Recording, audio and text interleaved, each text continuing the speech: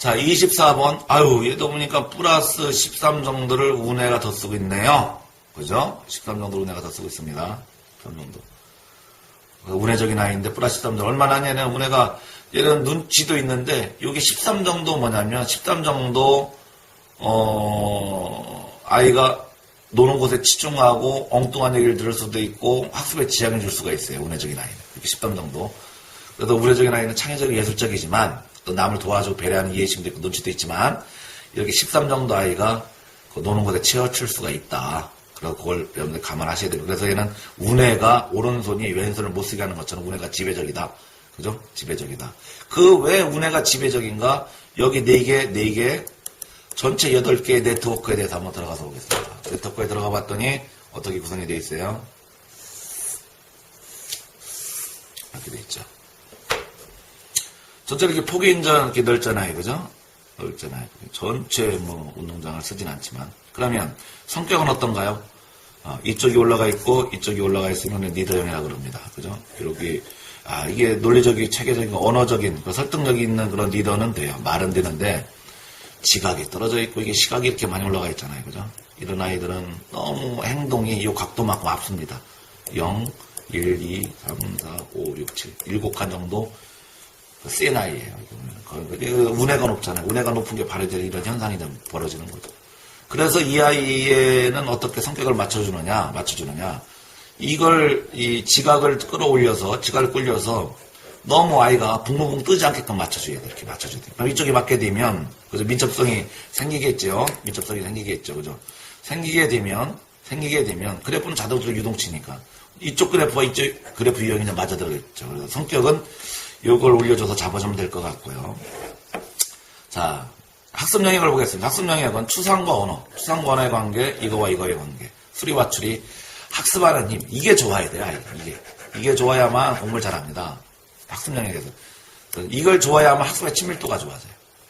이게 항상, 이것도 잘 생각하는 힘, 그리고 이걸 잘 풀어내는 힘, 즉, 이건 뭐냐면, 인풋 뛰는 사고력이라고 그러죠. 이건 우리가 들어오는 힘, 머릿속에 들어오는 힘, 잘 볼 때, 잘 들을 때, 잘 읽을 때. 그죠? 이건 표현되는 힘, 뭡니까? 잘 말할 때. 말 또는 문자, 글, 이런 걸로 잘 표현될 때. 그 다음에, 여러분들도 어떤 분이 이렇게 카톡을 보내온다든지 이렇게 되면 도대체 이해 안 되는 글들 있죠? 그런 누구를 위해서 씁니까? 자기를 위해서 쓰기도 하지만, 남한테 소통을 하기 위해서 쓰는 거예요. 말도 소통을 하기 위해서 쓰는 거고. 그런데 이걸 갖다가 내 글을 쓰면 남은 이해를 못합니다. 나만 이해하죠. 상대방 이해할 수 있는 글을 써주는 말, 상대방 이해할 수 있는 글을 쓰는 그런 것들. 이런 것들을 뭐라고 하냐면 우리는 내 글이 아닌 남의 소통하는 글이라 이렇게 얘기를 합니다. 자, 그러면 한 칸만치 복잡한 거 싫어하죠? 이 복잡한 걸 싫어하는 큰 문제는 없지만 한 칸만치 복잡한 걸 싫어하는 이유가 어디에 있어요? 바로 여기 떨어지는 데 있습니다. 이걸 처방을 해주면 돼요. 그래서 얘는 생각하는 힘이 약하기 때문에 생각하는 힘이 0, 1, 2 두 칸 정도 초기지만 이걸 올려주게 되면 생각하는 힘이 좋아지죠. 생각하는 거에 대해서 잘 듣고 잘 말하는 것, 잘 읽은 걸 표현할 줄 알죠. 그죠? 표현할 줄 알죠. 그러면 나란히 되면 공부를 초기니까 이런 아이들은 빨리 고쳐줄 수가 있습니다. 학습 영역에서. 그러면 운해에 이제 정서적인 거 가장 올라가 있는 게 뭐예요? 시각이 이렇게 올라. 시각이 이런 삶보다는 좀 덜하지만 이렇게 삶 모양이네. 이렇게 시각이 올라가 있는 아이들은 꼭 물어봐야 됩니다. 3가지 중에 하나입니다. 첫 번째 매스미디어죠.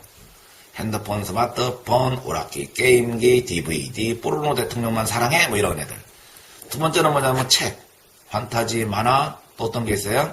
네, 창작동화 이런 것들 많이 읽었을 때, 상상 공상이 꼈을 때. 세 번째는 어떤 게 있습니까? 눈만 뜨면 밖에 나가는 경우. 요 3가지 중에 원인을 찾아서 엄마와 상담을 하게 됩니다. TV에 노출되어 있고 핸드폰, 스마트폰에 노출되어 있고 또는 게임, 오락, DVD 하루 온종일 어린아이가 그냥 만화, 포르노 대통령만 되면 3시간, 4시간을 가만히 앉아있어요. 엄마는 일하고 자기 일하기 좋지만 그만치 아이의 이 뇌가 전두엽이 동물의 뇌로 바뀌고 있다. 이렇게 보시면 됩니다. 문제가 있습니다. 그래서 이걸 갖다 이제 고쳐주면 이걸 원인을 찾아서 없애줘야 돼요. 스크린을 바로 없애줘야 됩니다. 아이들이 스크린을 없애려고 그러면 짜증나고 스트레스 받겠죠. 그렇기 때문에 좋아하는 쪽으로 바꿔줘야 돼요. 얘 선호도가 스크린에 있는 걸 다른 쪽으로 분산을 시켜줘야 됩니다. 운동, 나가서 뭐 운동을 한다든지 공놀이를 시켜준다든지 이런 식으로 바꿔준다든지, 그죠? 또 재밌는 책을 통해서 바꿔준다든지, 이렇게. 책도 이렇게 너무 운해적인 책을 많이 읽는다 그래서 높을 때는 어떻게 됩니까? 과학이나 위인여처럼 좌뇌적, 이 책을 읽어줘야 돼요. 눈만 뜨면 나가 노는 아이들 어떻게 돼요? 집에서 좋은 분위기를 가지고 어떻게 됩니까? 학습적 분위기나 뭐 얘한테 좋아하는 걸 뭔가 찾아서 해줘야 돼요. 좋아하는 걸 찾아주는 거 아이들 유아들 같은 경우는 뭐가 좋습니까? 가장 찰흙이나 나무 조각 같은 이렇게 노는 거. 그걸 하게 되면 좋지요. 왜냐하면 인장력, 손에 힘도 생기지요. 그죠? 이런 것들이 굉장히 좋잖아요. 그 다음에 이렇게 그 다음에 처방이 됐죠. 이거 처방이 돼서 스크린을 처방을 해주고 제일 떨어져 있는 게 뭐예요? 지각이죠. 지각. 몸이 떨어지면 멘탈. 정신적인 걸 하나 처방해주라 그랬어요. 지각이 떨어지면 공놀이 이런 거 시켜주세요.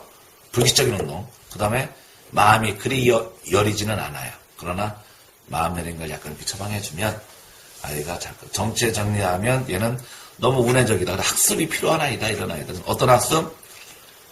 눈낮이 구멍성 이런 학습 아닙니다. 그리고 주입 암기 학습이 아니라 학습을 재밌게 받아들일 수 있는 교구를 통한다든지 제일 좋은 거 YGQ 교재죠. YGQ 교재를 가지고 재밌게 수업을 할 수 있게끔 해주고. 그죠? 우리 교재를 가지고. 제가 참 강의 잘하죠. 우리 교재를 이렇게 쓰게끔. 자, 이렇게 해주고, 그 다음에 이걸 통해가지고 뭘 해줍니까? 그죠? 재밌어 하게 되면 선호도가 생길 거 아니에요. 그죠?